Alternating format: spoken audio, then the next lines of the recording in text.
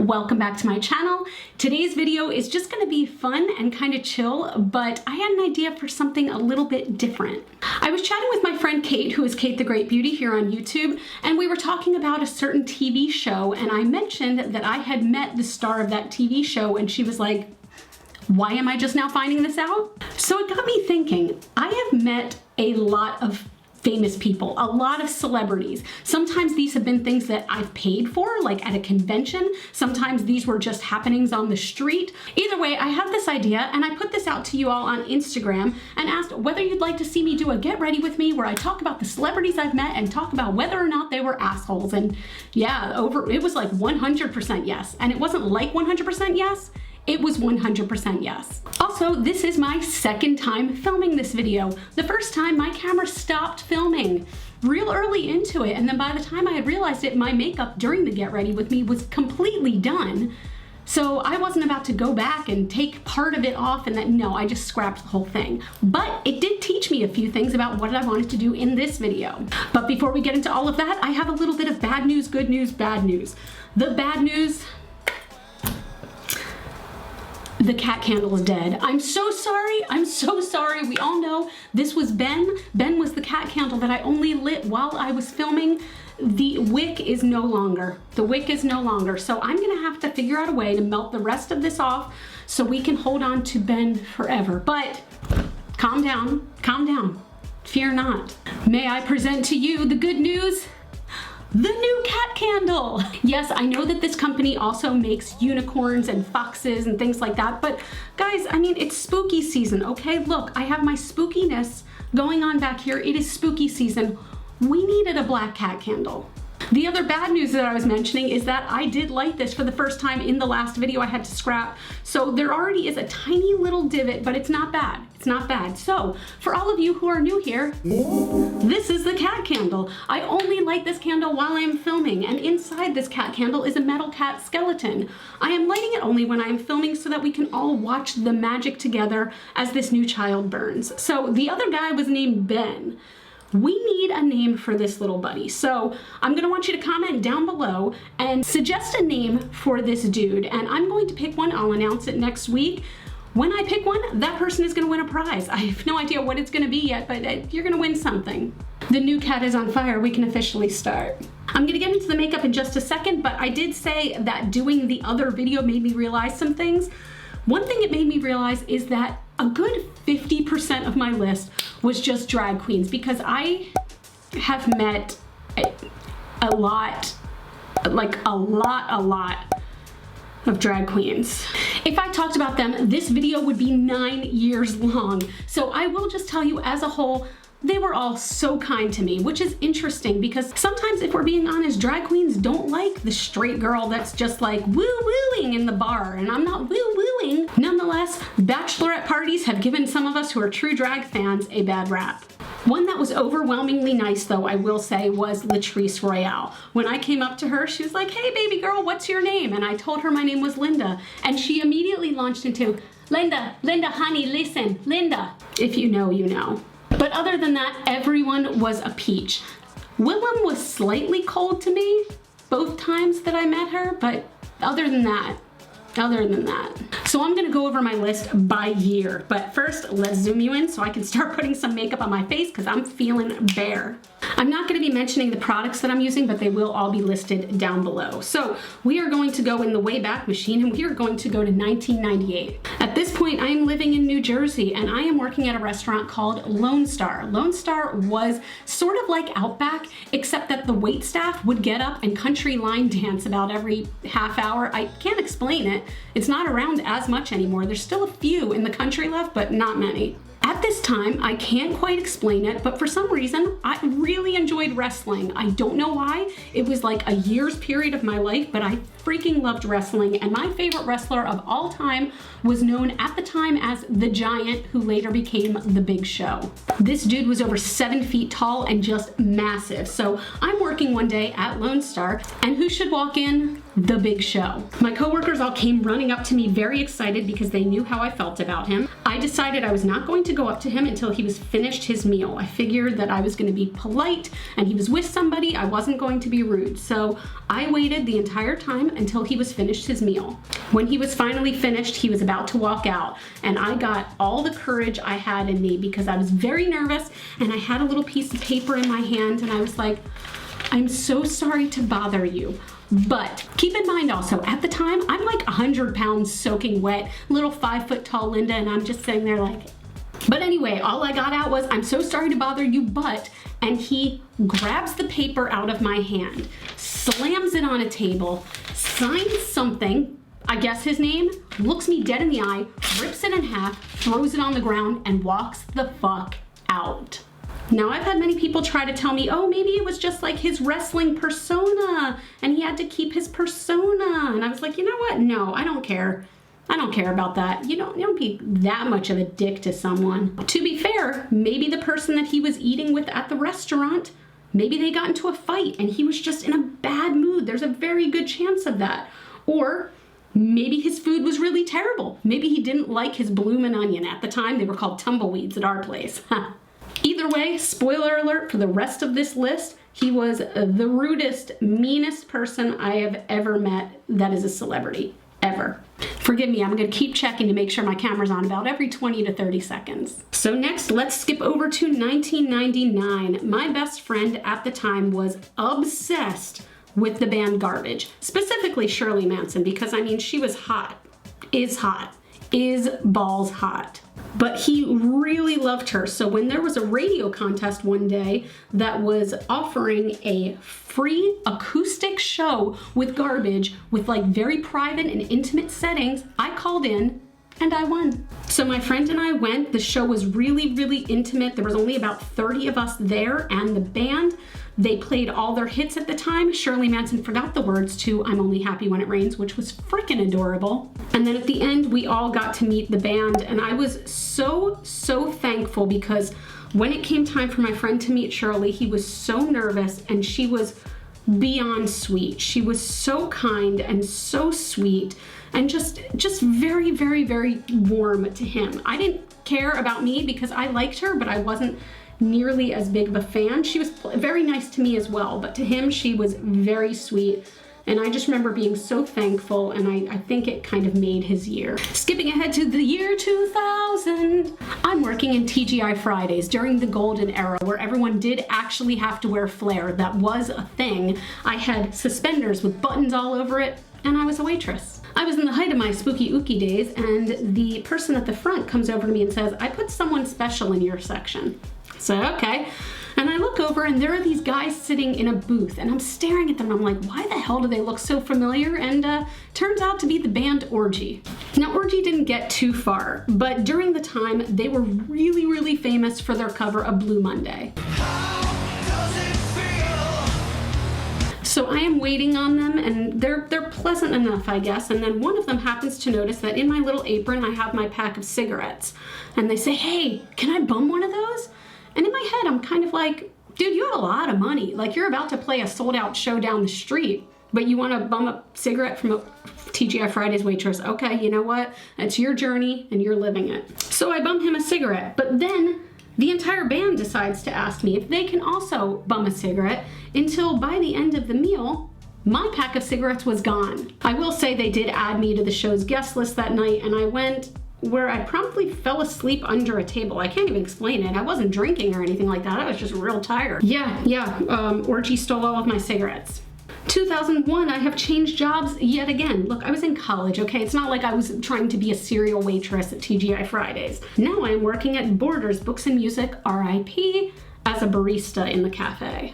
At the time, my hair was cut into like a super short hot pink pixie with like black in the front, I believe, and it was real freaking cute. But all of a sudden, I'm working and I hear, hey girl, I'm loving that hair. And I turn around and it's George fucking Clinton. This is George Clinton. George Clinton is an actual legend. So I think that my response was something like, So I make his drink. I wish I could remember what it was that he got, but I unfortunately cannot. And he says, girl, I gotta get you on stage with the dog. Called himself the dog, so he was referring to himself in the third person, I guess. But nonetheless, I still didn't know what to say, and he said, I'm gonna put you on the guest list tonight. I was like, okay, and he did. He put me on the guest list. The show was freaking amazing. Did I get on stage with the dog? No, I did not at all, but it was nice to be considered. Let's go to 2005. This is actually kind of one of my favorite celebrity encounters, if you will. I went to a concert that was called the HF Festival, and it was around here for many, many years, and it was just a festival put on by a local radio station. They had these tents in the back where you can meet some of the singers and the bands. So I stood in line because I was gonna meet Billy Idol. It's 2005, so in my hand I have my little disposable camera and I'm gonna get a picture of me and Billy. So I get sort of close to the front and this bodyguard steps in like something out of a movie with crossed arms and goes, Billy will not be taking pictures tonight. So I get my whatever signed. I think it was a poster. I no longer have it. And at the very last second, I'm about to walk away and I have my camera in my hand and I do one of these. And because it's a disposable camera, I don't even know if it came out. So I wait patiently until I finally get the pictures back. And this is the photo I got.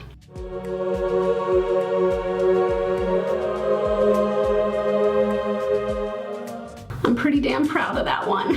It looked so good. I was so happy that it came out. You can even see Dickhead Bodyguard in the picture. Billy will not be. But anyway, Billy was nice enough. He was very sweet. He was very kind. He was very hot. 2008, I take my first trip to LA to visit a friend. And I saw lots of celebrities on this trip. I just happened to see them as they went by. But there were two that stood out. And even though I didn't talk to either of these, I felt they were needed to be mentioned. First, I want to talk about a little case of what not to do. I am sitting at Swingers, which is a diner, with a couple of my friends. And I look over at the bar and reading a newspaper is Colin Hanks. This is Tom Hanks' son. I have a thing for Tom Hanks, not in like a crush or like a sexual way or anything like that, but I just respect and admire him so much, and his son looks so much like him that I found myself just kind of like this. Now, if someone's staring at you like that, that's kind of creepy, right? Yeah, so Colin Hanks, as he's reading his paper, just kept doing this. That went on for a while until finally he abandoned his breakfast, put down his newspaper, and left. Everyone, please let me be a case of what not to do. Don't creep out celebrities and make them leave a restaurant because you're staring. Oh my God. Oh shit. I admit I am still pretty mortified about that one, and I almost want to like apologize to him, even though he would have no clue what I'm talking about. But yeah, just don't be that guy. Don't be a Linda. Forgive me if I'm talking weird, but I gotta keep my eyelids open like this. But then we went to the Rainbow Bar and Grill, which, if you don't know, is a very famous bar on the Sunset Strip in Hollywood where so many rock stars have partied over the years, and I just really wanted to see it because of the history. My husband goes up to the bar to get a drink where he tries to sit into a stool and they say, oh, you can't sit there. And he was like, okay, but had no idea really why, until we found out that that stool was designated for one person and one person only, and that person walked in a minute later, and that was Lemmy from Motorhead. I'm still sad to this day that I did not go up to Lemmy, because every single person that did, and there were probably like 3 or 4, he was so kind and took pictures with all of them and was just so nice. But I was like, I don't want to bother him. I don't want to bother him. This is shortly after the Colin Hanks incident, so you can bet your ass that it was a bit because of that. But I did not bother Lemmy that day. But it was so cool to see him in person, and he's just as badass as you would think. R.I.P. Lemmy. Okay, we're at 2010. 2010 was my banner year. So first, I went to the horror convention. At the time, it was called Horror Find Weekend. Now it's called Monster Mania. Is this dry yet? Why do my eyes look so sad on this side? But those weekends, you can meet all of your favorite horror stars, and sometimes they're not even horror movies, they're just movies in general. And you pay to meet these people, so it's not just a free-for-all. But I'm somebody who enjoys that experience, so I will absolutely pay to meet somebody I really like. This year, 2010, we had the cast of Boondock Saints. If you've never seen Boondock Saints, I highly recommend it, but it does star Norman Reedus and Sean Patrick Flanery, and both of them were there along with David Della Rocco, who played Rocco.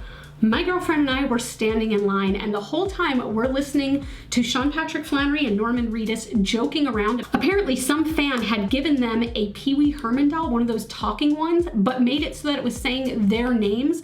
So the whole time we're standing in line, they're just imitating a Pee Wee Herman doll saying their names. So they're just going, Norman Reedus, Sean Patrick Flanery. The entire line is cracking up. And also, they're both quite easy on the eyes. Anyway, the girl in front of me gets up to them, and she is very creepy towards them. She's like, can I have a hug? And they were like, yeah, sure. And when she's giving a hug, she's like refusing to let go and just being like real fucking creepy about it. So I guess I got a little bit catty. When it's my turn to get up, I go up to them and I'm like, hi, can I have a hug? And Sean Patrick Flanery was like, oh yes, you can have a hug. And he takes me and he goes like this and shakes me, and I'm in heaven, okay? But then I go over to Norman Reedus, who is the one that I really love, okay? And he goes, oh, wait a minute. You call that a hug? He grabs me, picks me up, and starts spinning around and dancing with me while hugging me. Dead, dying. Linda was dead at that point. Shortly after, once they put me down, we got this picture, and I was happy for many, many days, months, years, decades after that. Then there's the pinnacle. I know a lot of you know vaguely this story, but in 2010, I got to meet somebody who I had respected, admired, and let's be honest, had a crush on for many, many years, since I was about 8 years old. MySpace, who was the shit at the time, put out a contest, and it was called Get Close. It was a Get Close series where people could meet and talk to their favorite celebrities, and this one was for Slash from Guns N' Roses. You had to make a very short video, 1 minute long, talking about why you should be picked to meet Slash, and I read all the rules real carefully. I put in my video, and I won.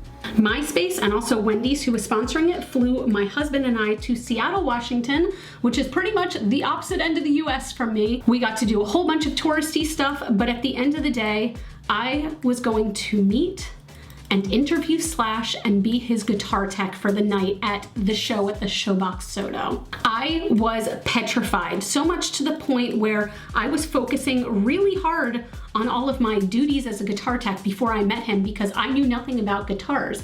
And I was so enveloped in it that all of a sudden I just hear this voice behind me that was like, hey, and I turn around and there's Slash. You guys, when I tell you that he was genuinely one of the coolest people I've ever met, I am not exaggerating. That is not hyperbole. He was so chill that the second we started talking, I instantly felt at ease. I instantly felt comfortable. We had some good chats. He was really cool during the interview, and during the show, he could tell that I didn't know much actually about doing guitar tech stuff. So I just wound up handing him picks throughout the show, and there were a lot of them. I didn't realize how many times guitarists change picks, but it was, to this day, the coolest experience I've ever had in my life. I'm gonna go ahead and leave a link down below that actually is a video of the entire Slash experience if you guys wanna watch. It's, I don't know, I think it's pretty cool, and you get to see Linda from 10 years ago looking real fucking nervous. Now let's go to 2013. So to talk about 2013, I first have to talk about something in 2007. I worked for a newspaper at the time, and we did a whole lot of like in-town movie premieres.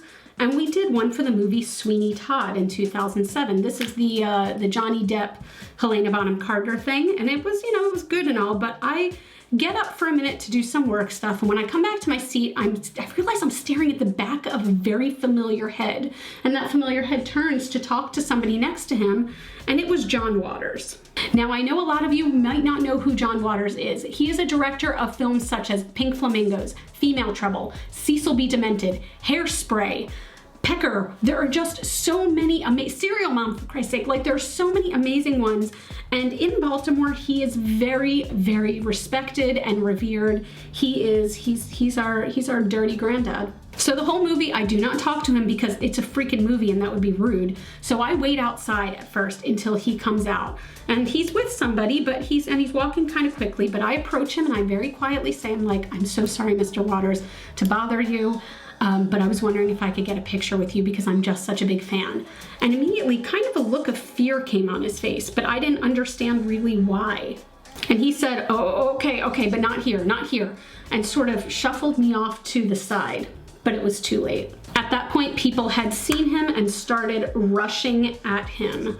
And we never got a picture because he was swarmed by fans. So I felt terrible. Yet another celebrity who just really wanted to watch a movie and go the fuck home, and I bothered them.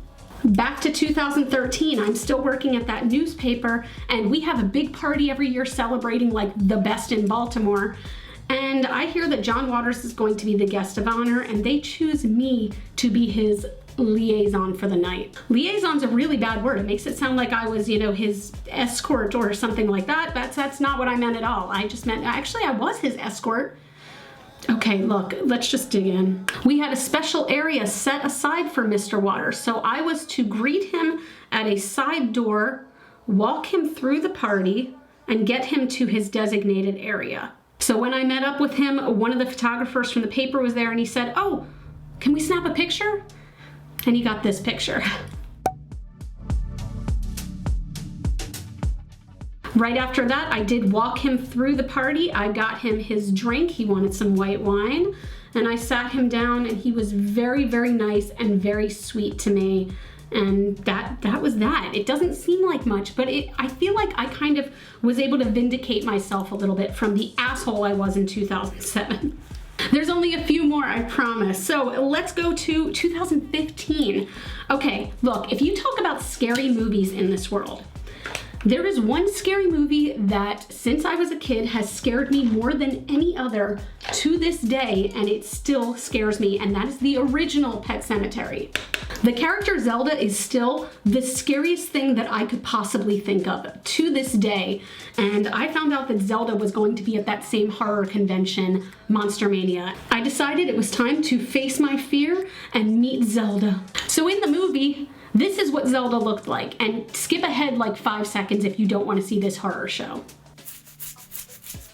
She was tall, skinny, spindly, and just real fucking creepy. Scared the living crap out of me. So imagine my surprise when I walk up to Zelda's table and it is a short, I'm going to guess maybe 5'5" man. His name is Andrew Hubestek, and I went up to him to the point where I had tears in my eyes. That's how scared I was to meet this man, even though it was just a character he played.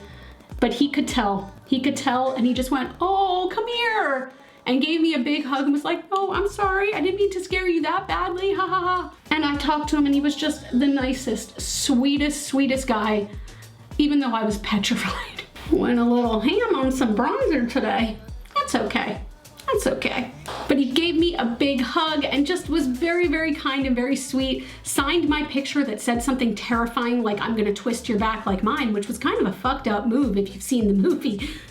But I digress. 2016, yes, I am back at Monster Mania, and I've met 2 people this day. One of them I walk up to was Kristy Swanson. You might know Kristy Swanson from a bunch of things. Buffy the Vampire Slayer. Maybe you remember her from Ice Skating with the Stars, or maybe you don't because that show lasted 1 season. Maybe you know her from Pretty in Pink as the girl at the very end of the movie looked at Ducky and was like, and you felt like things might be okay for Ducky after all. But when I get up to the front, I don't ask her for a signed picture of any of those, no. I wanted a signed picture from Mannequin 2. If you've never seen Mannequin 2, I'm not surprised. It has a 13% on Rotten Tomatoes. But you know what? I freaking love it. It's a movie I kind of grew up with, and I thought she was so beautiful in it, and she was quite surprised when I chose that photo to get signed. But again, very nice, very kind, but nowhere near the experience I had with this next person, which is who spurred the conversation between Kate and I, which is what started this video. I saw a table where there was someone that I kind of admired and nobody was standing at their table at all. There was no line, and I felt like, you know what, I need to do this. And I walked right up to the table to meet William Zabka. William Zabka used to be best known as being the bad guy in Karate Kid 1. He later became known right now as the guy, the blonde guy from Cobra Kai. I'm not going to call him the bad guy because I don't think he is the bad guy. Anybody else watching Cobra Kai agree with me that Daniel's really the asshole? But anyway, I walk up to William Zabka and I start chatting with him, and I let him know that, God, this is fucking creepy now that I think back on it, but that he replied to a tweet of mine years ago, and he was like, really, what was it about? And I said it was talking about the word fleed that you used in Back to School, and he was like, I totally remember you. And in my head, I'm like, bullshit. But then he starts recounting the tweet conversation that we had, and I'm blown away. So at the time, I'm wearing this shirt that I always wear to the horror conventions, and it's got zombie hands on the boobicles. First, we take a normal picture where we're smiling next to each other, and then he's like, oh, this would be funny. What if I stand behind you and make it look like the zombie hands are my hands? And I'm like, I'm fucking down. So then this is the magic that appeared from that. He was so fucking cool. I can't wait until the next season of Cobra Kai comes out. If you have not started watching it, you need to get on that. 2018, again, Monster Mania. I traveled to Jersey for this one though, because I found out that the guest was going to be the one and only Tim Curry. Now there's a meme that goes around that basically is like, you can tell a lot about a person from which movie they know Tim Curry from. So maybe you know him from Home Alone 2 as the hotel worker. Maybe you know him from Clue as the butler. I knew him from all of those things, but most importantly, I knew him as Dr. Frankenfurter from Rocky Horror Picture Show. I've mentioned this before, but Rocky Horror served a huge part in my high school life. I went to see a midnight showing every weekend for 3 years, and it became a part of my life. It sort of helped me to realize, that maybe there were people like me, weirdos like me, and I found my family. So I drive an hour and a half to meet him. And then I stood in line to meet him for 4 hours. Now, as you may or may not know, some years ago, Tim Curry had a stroke, and it has left him in a wheelchair. His speech is very muffled and quiet. He's getting much better by the day, and I'm so happy to see that with him. But when I met him, he was in his wheelchair and not talking much, but I got up to the front of the line and I knew that I didn't have much time. They were moving people very quickly. So I just looked at him and I said, Mr. Curry, I just want to let you know how much you've been there for me my whole life. From the worst witch when I was a kid and making me realize that maybe the outcasts weren't so bad, to Rocky Horror where you made me find my family. So I just wanted to say thank you to you. And I had tears in my eyes because the man really does mean a lot to me. And he very calmly and very slowly said to me, very cool. That's very cool. Can I have your hand, please? I said, okay. Took my hand and brought it up and gave a very gentle kiss on my knuckles and put it back down. And I smiled for a picture. And the second I walked out of the room where he was, I burst into tears. A lot. I was so honored to get the chance to meet him and talk to him and tell him that. It meant everything to me. Are you still there? Because we're at the final one. 2018. Guess where I am? Monster Mania. I waited in line to meet Ryan Hurst. Now, Ryan Hurst at the time was about to be on The Walking Dead, which was why he was at this event. But I knew him and will always know him as Opie Ope from Sons of Anarchy. Again, if you know, you know. So I'm gonna be honest here. I think he's a very good actor, but in general, I think he's ridiculously attractive. So I get up to the front of the line. I think I was only like second in line at the time, and he's in his seat and he's looking like Ope. So I go up, and keep in mind, this is 2018, this is pre-COVID, and I get ready for my picture. I hand my friend the camera, who, I'm not gonna lie, like sometimes like she's not as great with taking pictures, so I was a little bit nervous. But anyway, I go up, and when I go to put my arm around him, I kind of like bump him a little bit, and I was like, oh, sorry, and he leaned in real close and said, no worries, darling. I became a puddle of Linda. So my friend starts taking the picture, and then she goes, something's weird with the camera. It's not taking the picture. It's not doing it. And I was like, oh my God, it's a cell phone. What the hell do you mean? And she's sitting there going, oh, and then she goes, oh, okay, I got one. I was like, okay, thank you. And as soon as we walk away, she's like, I knew what I was doing. I just took like 50 pictures. And I was like, you goddamn angel. Funniest thing about the picture, look at my random weird fist hand. Why am I making a fist? What? Maybe it was just I was so anxious for being that close to that godly man. So that's it. If you made it through this whole video, you are the real MVP, because I do know that this was a long one. Thanks for hanging in there, but you do have a task now. I need you to comment down below and tell me your celebrity encounters. I love hearing these. Tell me who was an asshole to you, who was nice, who just didn't say anything. Tell me all about it. Again, everything I am wearing on my face, and also I'm going to link my jewelry for the first time. I don't think I've ever linked that. Everything will be linked down below in case you all are curious, but thank you so much for spending some time with me today. I would love if you'd subscribe and become a part of the Rockstar fam. I do put out new videos here on YouTube every Monday. You all can follow me on Facebook, Twitter, and Instagram. Those are all GlitterFallout. And as always and forever, you are super freaking rock stars, and I love you with my whole heart, and I'll see you in the next video. Bye.